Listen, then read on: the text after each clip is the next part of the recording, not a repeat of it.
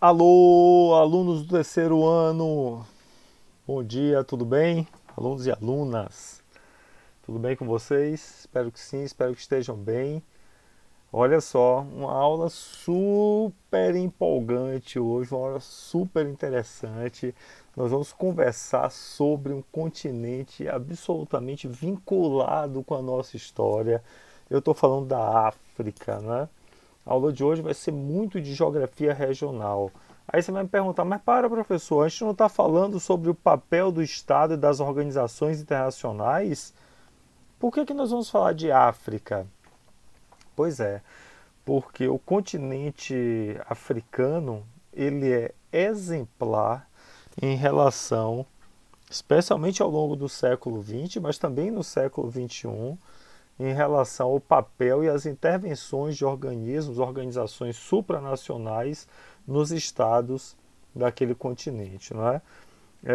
Mais a mais, é um continente que interessa muito a nós brasileiros, especialmente pelo vínculo histórico, mas pelas possibilidades futuras de aproximação.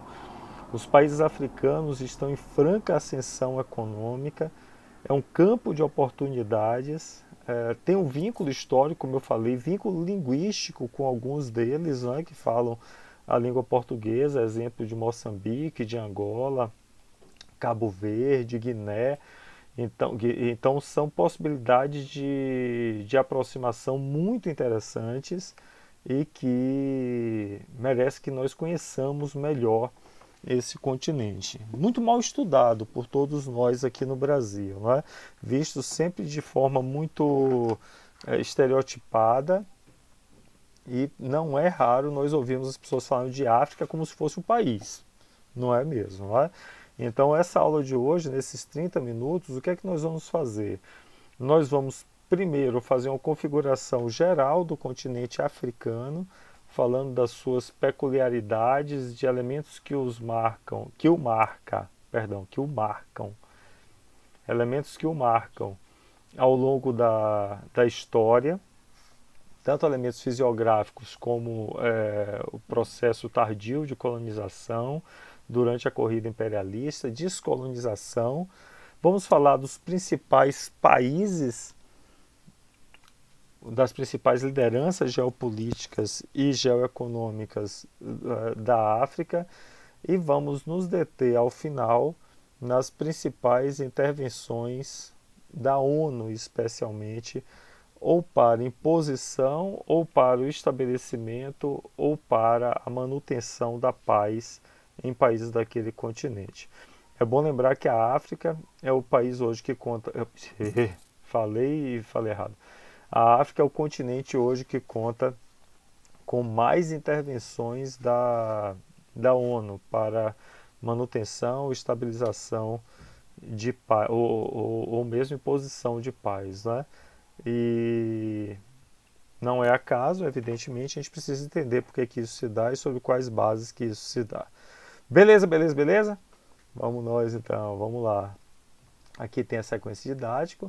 A didática, vocês já estão acostumados com esses objetos de conhecimento, porque eles dialogam com os conteúdos que nós estamos trabalhando, então eu não vou trabalhar com um especificamente.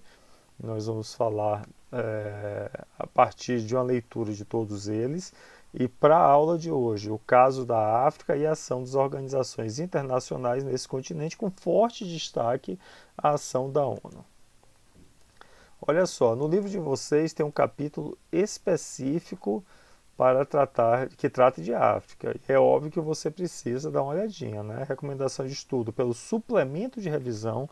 Em síntese, são 2 páginas com exercícios sobre África. Tema 23, isso tem caído muito nos vestibulares, né? Sobre vários aspectos, desde a geopolítica contemporânea, forte expansão da China pelo continente, como também os vínculos históricos com a formação do nosso povo, né, aqui no Brasil.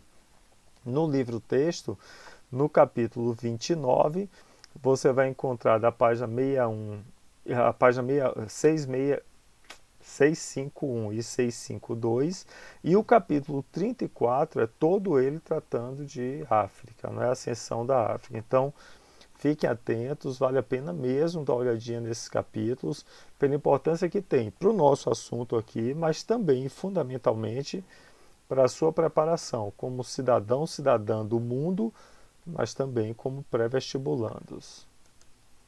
Para fazer esse PSEX também, fica atento, a África cai muito. Olha aqui, está no teu livro isso daqui, né? Eu vou colocar algumas imagens de lá. Operações multilaterais, ou seja, impetradas por organismos multilaterais, supranacionais, para além de uma nação, né? De paz sob coordenação da ONU. De 48 a 2010, ou seja, desde que a ONU foi criada até praticamente o nosso tempo, você percebe que há uma forte ação no Oriente Médio, merece destaque, na América Central, mas principalmente no continente africano. Principalmente. Pela dimensão aqui você vê, não é? Que vai ter que decifrar isso. Eu não vou tratar dessas outras hoje, eu vou focar no continente africano. Esse mapa aqui é um mapa que faz menção a importantes fluxos históricos de escravos que foram retirados da África e trazidos para a América.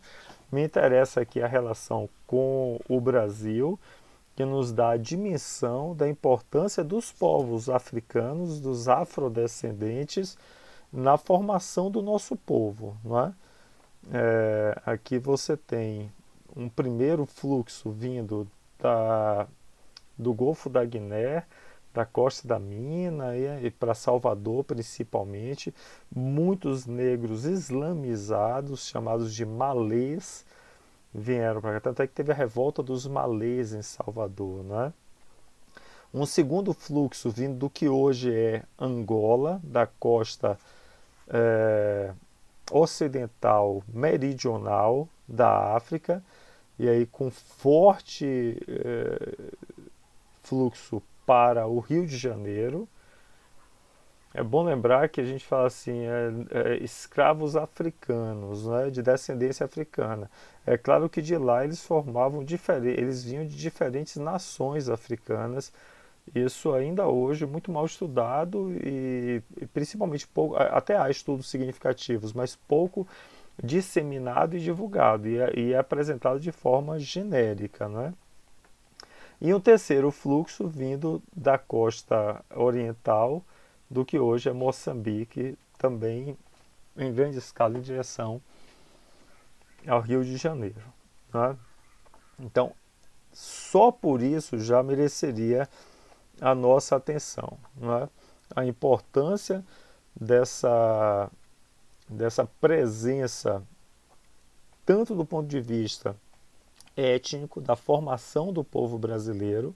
A formação do povo brasileiro está vinculada às três matrizes básicas fortemente miscigenadas, não é? A matriz latina, do colonizador, que impôs de forma muito dura, muito severa aos outros dois grupos, o processo de colonização, aos indígenas autóctones daqui, aos pré-colombianos que já estavam no território, sofreram um forte processo de etnocídio, e aos negros africanos que foram trazidos para cá como peças num processo também absolutamente perverso de escravidão e também muito perverso de fim da escravidão, sem nenhum tipo de reposição histórica aos seus descendentes, né? Essa é uma boa conversa que nós poderemos ter adiante quando formos falar de formação do povo brasileiro. Hoje o foco é pensar no continente africano. Então você vê que desde o processo colonial, ainda que os colonizadores europeus não tenham adentrado ao continente, porque não havia esse interesse, eles margeavam e faziam resgate das peças, era esse o termo, né? Nos portos, nas áreas litorâneas, já havia uma expoliação humana desse continente. Isso daqui é uma referência que eu coloco para vocês, não é? Esse texto do Miyakoto é um biólogo, escritor também, bem conhecido, né? Ele escreveu esse conto bem interessante, ele está disponível em plataformas, né? E o nome dele é E se Obama fosse africano e candidato a uma presidência africana. Ele está falando que quando Obama foi eleito nos Estados Unidos, houve uma euforia muito grande, o primeiro negro eleito nos Estados Unidos, e que isso poderia significar uma mudança de políticas para a África, inclusive, não é? E aí ele faz uma analogia, uma brincadeira. Ele é descendente de brancos de Moçambique, mas africano efetivamente, inclusive hoje compõe um dos conselhos de Moçambique, e ele faz uma autocrítica, né? Pensando em problemas que a África convive desde tempos coloniais, recrudescidos durante o período imperial e que permanecem, problemas como a corrupção e outras coisas mais, né? Um texto bem interessante para nós pensarmos na África na contemporaneidade a partir de uma pessoa que está no interior de um dos países da África, no caso de Moçambique. Recomendo a leitura. Sigamos aqui. Eu preciso, antes de falar de elementos geopolíticos e geoeconômicos, traçar com vocês algumas características. Deixa eu botar para cá a minha imagem. Algumas características fisiográficas desse continente, para vocês entenderem, inclusive, os interesses que há sobre ele, não é? Vocês percebem aqui que você tem algumas elevações significativas, cadeia do Atlas, cadeia do Cabo ao sul, então no extremo norte, no extremo sul do continente, cadeias montanhosas, e na borda oriental, chamado Planalto dos Grandes Lagos, uma região de altitude, inclusive com perspectivas sísmicas, né? Com possibilidades sísmicas, Planalto da Etiópia e Planalto dos Grandes Lagos. Também há alguns rios que merecem muito destaque pela dimensão. Eu vou tratar de três deles, né? O Rio Nilo, um dos maiores rios do mundo, que cruza uma área desértica, parte do deserto do Saara, não é? O Rio Nilo, que tem importância histórica, inclusive, na margem do Rio Nilo se desenvolveu a civilização egípcia, né? Para o mundo ocidental é uma referência de formação do chamado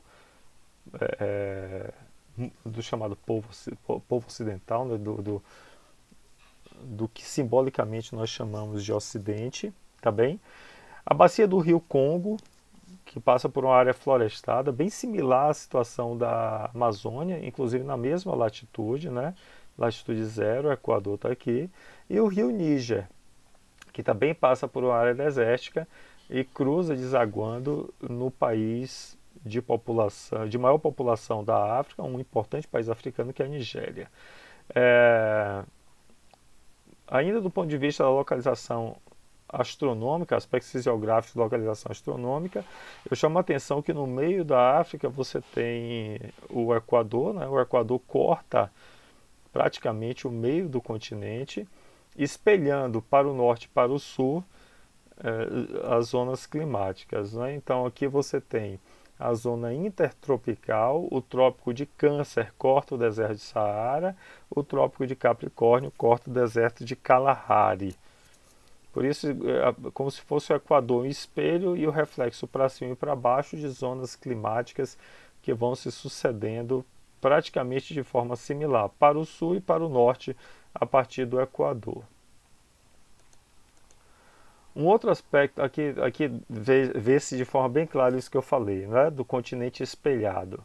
O Equador cortando aqui, aí a sucessão de tipos climáticos, aqui está falando de vegetação, né? Então a floresta tropical no centro, depois a área de savana, do ponto de vista do imaginário bem conhecido, né? Dos grandes animais, as estepes, que equivalem às nossas caatingas aqui, regiões de semiaridez, e as áreas desérticas, o imenso deserto, o maior deserto quente do mundo, as áreas de Saara, e embaixo também áreas desérticas e semidesérticas, o deserto da Namíbia, o deserto de Kalahari, não é? No extremo norte e no extremo sul, você vai ter, por conta da altitude e da localização latitudinal, você vai ter vegetação mediterrânea, como vocês podem observar. E isso faz com que esse extremo norte aqui, com vegetação mediterrânea, exploração de produtos cítricos, né? E olivais e tal.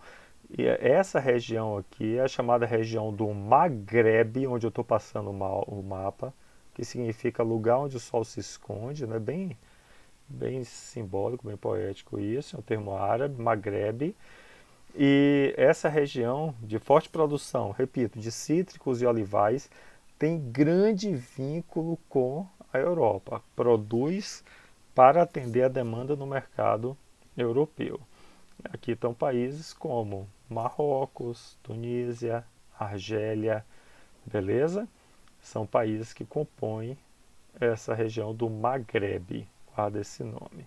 É uma das importantes sub-regiões africanas.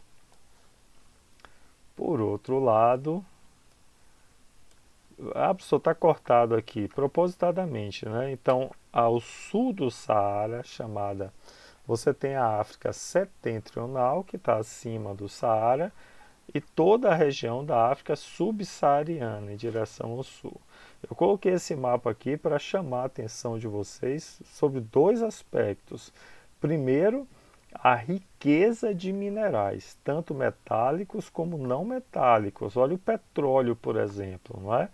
No Golfo da Guiné, Angola, a própria Guiné, Nigéria, inclusive países da África Negra que pertencem à OPEP, não é? Porque a gente pensa muito lá em cima, junto ao Oriente Médio. De fato, vários países da África setentrional, chamada África Branca, porque predominam etnias de tonalidade de pele mais clara, como tuaregues, berberes e árabes, não é? E na África subsaariana predominam as etnias negroides, de cor de pele mais escura. Mas, voltando ao raciocínio, quando a gente fala em petróleo, a gente pensa lá em cima, junto ao Oriente Médio. É verdade, mas também é verdade que na África Negra há sim vários países exportadores de petróleo, como aqui está posto, não é? Mas não é só isso, riqueza em abundância de diversos recursos minerais. Pense só como isso foi importante, ainda mas foi importante durante a corrida imperialista, a segunda Revolução Industrial, final do século XIX. A exploração desses minerais produziu uma sanha pela colonização, ocupação e expoliação desses recursos no interior das recém-formadas nações africanas. A gente vai discutir sobre isso. Além disso, apesar de ser o continente que convive fortemente com subnutrição e com fome, há vários países exportadores de alimentos, né? Uma situação em diferentes escalas, mas que acontece no Brasil também. O Brasil é um dos maiores países exportadores de alimentos e convive no seu interior com subnutrição e fome. Galera, algumas outras observações. Eu tenho que ficar sempre descobrindo onde é que eu vou colocar isso daqui. Aqui, ficou bacana. Eu participei desse evento em 2018, né? Quarto simpósio sobre segurança regional. E Luiz Henrique, do Departamento de África, na época, do Ministério das Relações Exteriores, fez algumas observações importantes que eu trago para vocês sobre o continente africano. A África possui interesse estratégico para o Brasil. Do ponto de vista geopolítico, a África é separada pelo Brasil pelo Atlântico, ou ligado pelo Atlântico, não é? Visto que houve muitos fluxos e ainda há, não é? Aproximações culturais e históricas ligadas pelo Atlântico, tipos climáticos similares, interesses políticos e econômicos mútuos. É bom lembrar que, por exemplo, entre os povos refugiados que mais vieram para o Brasil do final do século XX e do século XXI estão, por exemplo, os angolanos, né? 54 países na ONU. A África tem 54 países no seu interior, é o maior grupo, é o continente que contribui com o maior número de países, né, na composição da ONU, o maior grupo regional. Parte de várias cadeias produtivas globais e possui 2% de crescimento acima da média mundial. Você vai dizer, para professor, mas são continentes de economia muito pequena, é um continente de economia muito pequena comparativamente com o mundo, e os países são pouquíssimos os países que são industrializados. É verdade. E nesse sentido, você tem ali uma perspectiva enorme de crescimento, tanto a partir do viés da urbanização, que vai tomar cada vez mais países africanos, como a partir da produção industrial, não é? 44 países, fora a África do Sul e Nigéria, assinaram áreas de livre comércio. Olha que interessante isso. Mais de 1 bilhão de pessoas e um quarto da força de trabalho mundial. Ah, mas a África do Sul e Nigéria estão entre os mais fortes. É verdade, é verdade. E até por isso a participação deles causaria não é, um balanço desigual nas relações do poder. 27 países assinaram o protocolo de livre circulação.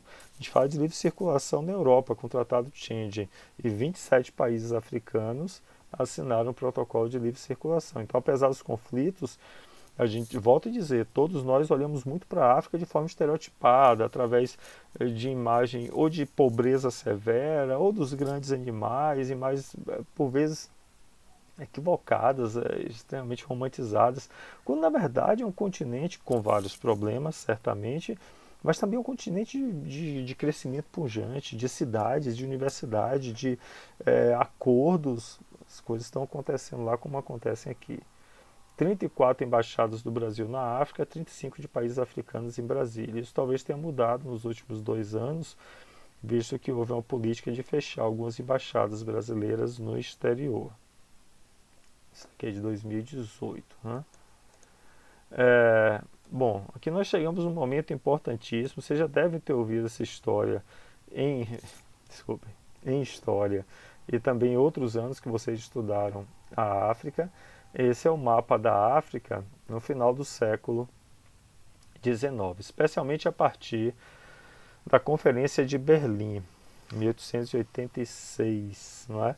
Quando colocaram o mapa da África sobre a mesa em Berlim e os países que estavam na corrida imperialista praticamente foram fragmentando o território africano, muitas vezes não, sem conhecer o interior do continente. O interior do continente é em 80% desconhecido. 80% desconhecido. Conhecia-se apenas a borda. E a borda era ocupada, né? O interior era uma grande incógnita para os europeus e ainda assim foram divididos, formando verdadeiras, ouça esse termo que aparece muito, e é certamente a causa de boa parte dos conflitos africanos, verdadeiras fronteiras artificiais, linhas retilíneas, como vocês podem ver aqui, sem respeitar divisões internas, divisões das nações africanas pré-existentes, que certamente não seguiam essas fronteiras, mas eram desconhecidas pelos europeus, e muitas vezes até desconhecimento da própria fisiografia, cortando relevo e rios e por aí vai, não é? Então você formou, por isso, fronteiras artificiais, porque foram fronteiras traçadas geometricamente sem um conhecimento específico das dinâmicas interiores, do território no interior da África. Só que foi uma fronteira imposta pelo colonizador, pela força bélica, especialmente do colonizador, imposta aos povos pré-existentes. Muitas vezes você teve nações que foram divididas por essas novas fronteiras, ou, o que é muito habitual, nesses novos países criados a partir dos europeus, você colocou no interior deles grupos que tinham animosidades históricas, grupos inimigos dentro e formando um novo país, sob a tutela, sob o braço firme do colonizador. Esse é o mapa da... Vamos voltar a essas duas imagens aqui. Então aqui você tem final do século XIX e aqui início do século XXI. 100 anos depois, houve uma fragmentação, né? Daquelas nações colonizadas sofreram fragmentações, divisões, mas algumas permanecem com essas fronteiras ainda retilíneas, né? O que certamente é objeto de estranhamento e boa parte delas objeto de conflito. Chama atenção aqui do Sudão do Sul, que foi o último país que surgiu do mundo, fragmentado do Sudão, não é? A partir de conflitos, essa região fronteiriça é uma região que tem petróleo, então ainda hoje há tensões nessa região e há uma força de paz da ONU e da FU aqui no Sudão, tá bem?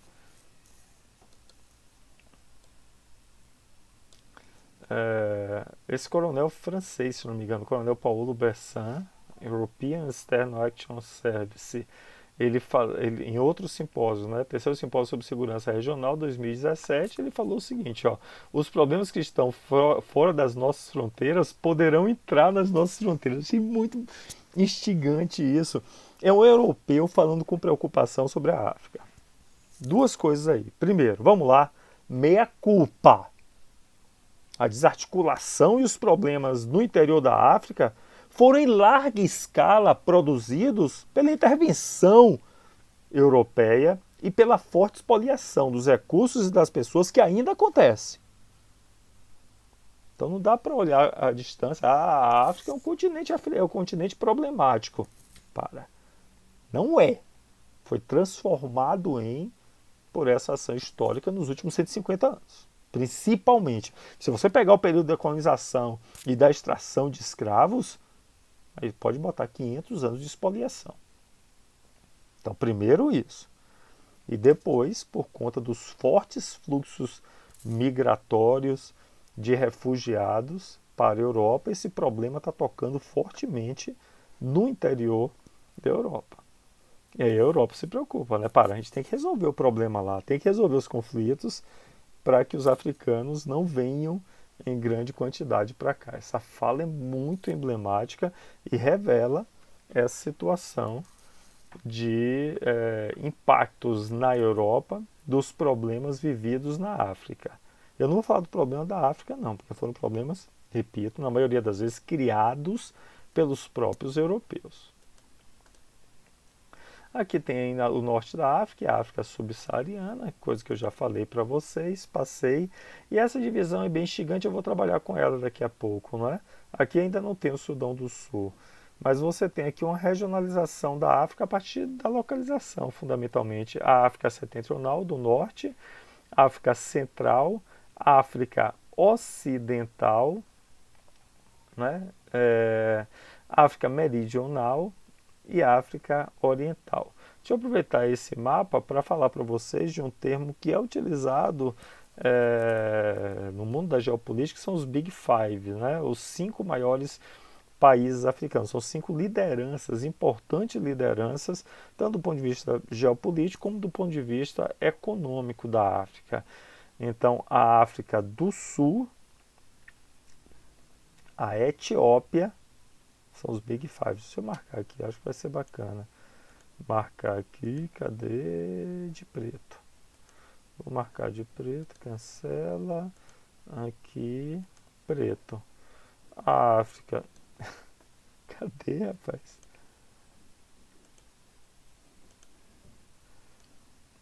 Oxente. Não foi, por quê?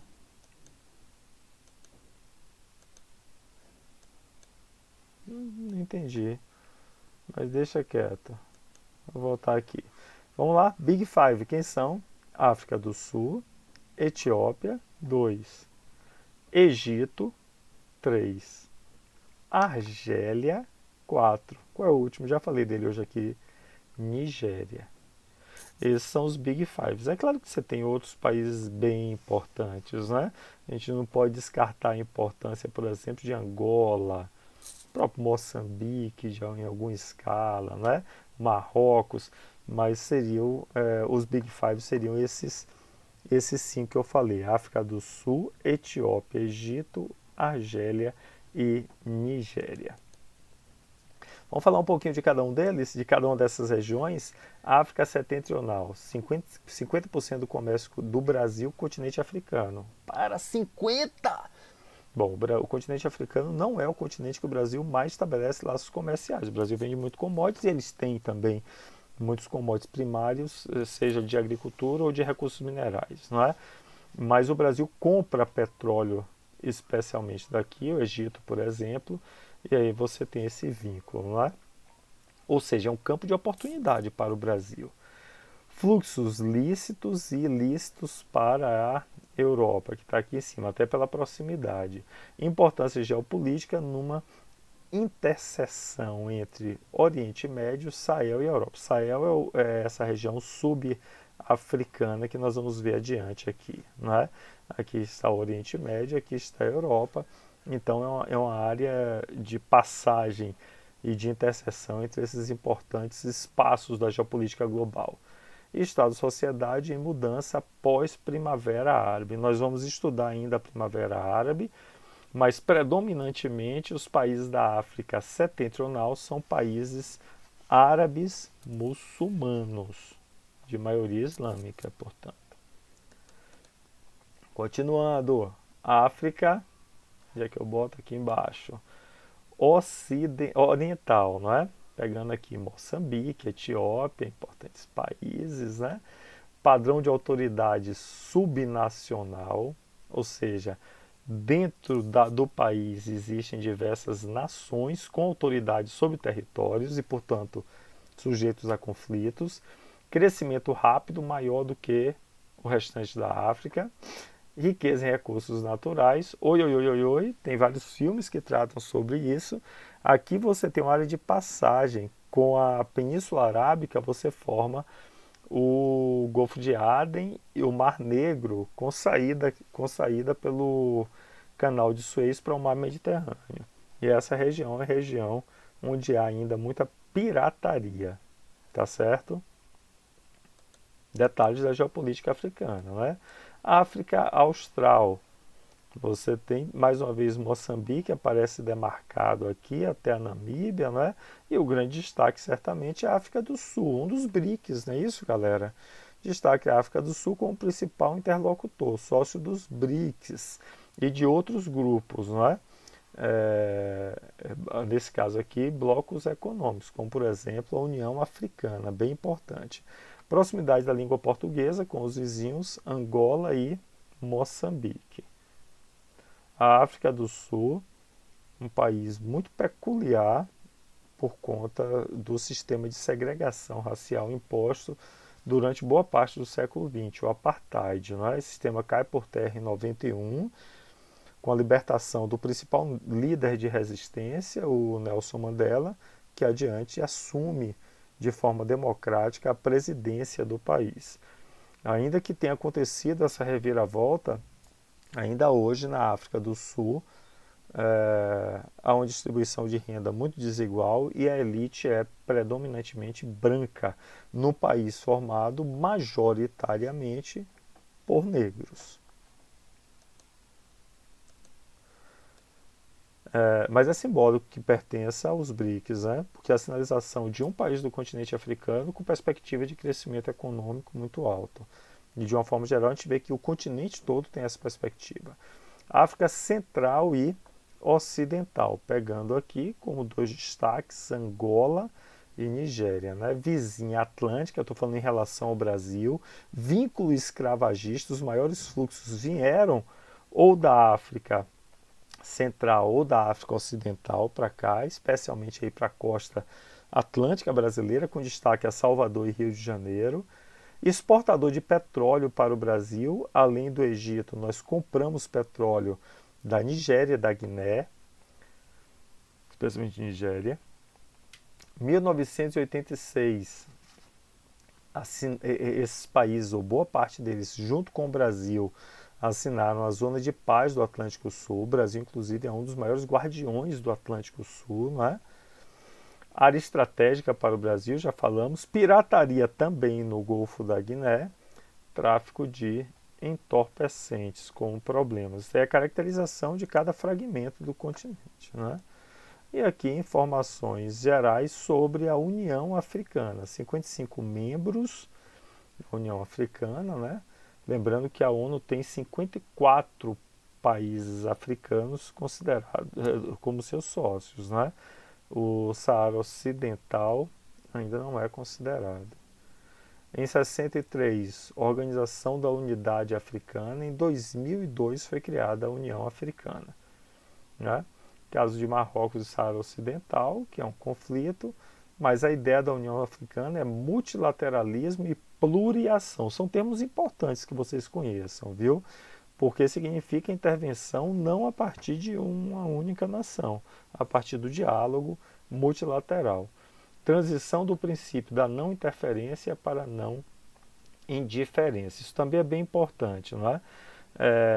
Há uma ideia cada vez mais pujante no continente africano, nos países da União Africana, de que mais do que não interferir em conflitos que ferem causas humanitárias, é importante que eles não sejam indiferentes a esses conflitos e tentem mediar a paz. Tanto assim que muitas ações lá na África hoje, ações multilaterais, têm ação de países da ONU e da União Africana em conjunto. Galera, eu tenho 3 últimos mapas para nós finalizarmos a aula. Eu vou finalizar fundamentalmente com um deles, o último deles, né? Aqui é um mapa de conflitos pós-independência. Então, os países africanos eles foram colonizados, como nós vimos, na corrida imperialista do final do século XIX, início do século XX, formando aquelas fronteiras artificiais. E após a Segunda Guerra Mundial, inclusive com a fragilização da Europa, né, esses países foram sucessivamente conseguindo a sua independência política. Boa parte deles sofreu muito nesse processo de independência. Por quê? A independência do colonizador europeu era uma independência legal, tornou-se independente politicamente. Mas, em muitos casos, o líder, o grupo que chegou a tomar a liderança do país recém-formado, ele não representava uma unidade nacional. Esse líder ficava vinculado ao ex-colonizador economicamente e, em muitos casos, oprimindo duramente as etnias minoritárias que tinham, como nós falamos, da criação de fronteiras artificiais, animosidades históricas. Aí está a raiz de boa parte dos atuais conflitos africanos. Você tem dentro de um país a falta de uma unidade nacional. Porque colocaram dentro de um país com fronteiras artificiais grupos com interesses absolutamente diversos, inclusive grupos de diferenças étnicas e conflitos históricos. Né? A falta de respeito a essa dinâmica territorial interna na formação dos novos países é um problema que reflete hoje duramente em boa parte dos conflitos no continente africano.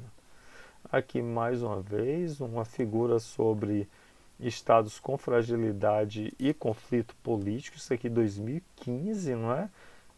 Você percebe que eles abundam na região do chamado Sahel. Sahel significa franja, é outro termo árabe, não é? É a franja ao sul do deserto de Saara, uma área rica em recursos minerais e grande produtora de alimentos por grandes companhias supranacionais, transnacionais, normalmente companhias europeias que exploram esses países. E apesar dessa exploração de recursos minerais e de agropecuária, são países que convivem com esses conflitos dos quais eu falei há pouco. A última imagem da nossa aula, chegando no final, é esse, está no teu livro, Conflitos Armados em Curso na Europa, em curso em 2009, bem recente, não é? Eu chamo a atenção para esse símbolozinho aqui, Operações de Manutenção de Paz da ONU. As operações da ONU podem ser de imposição da paz, com a tensão armada maior dos capacetes azuis, com as forças e os conflitos internos, de estabilização para a paz, criação de instituições, e depois o terceiro passo seria manutenção da paz. Percebam só que esse símbolo azul, ele pipoca especialmente aqui no Sahel, não é? Na região subafricana.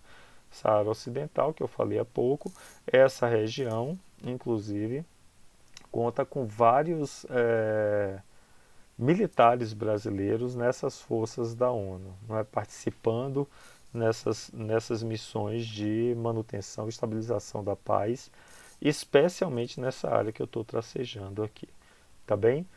Teremos chance de conversar um pouco mais, mas acho que a aula já valeu por essa longa conversa e certamente um entendimento mais amplo desse complexo, instigante e apaixonante continente africano. Continuamos nossa conversa adiante. Beijo, tchau, tchau.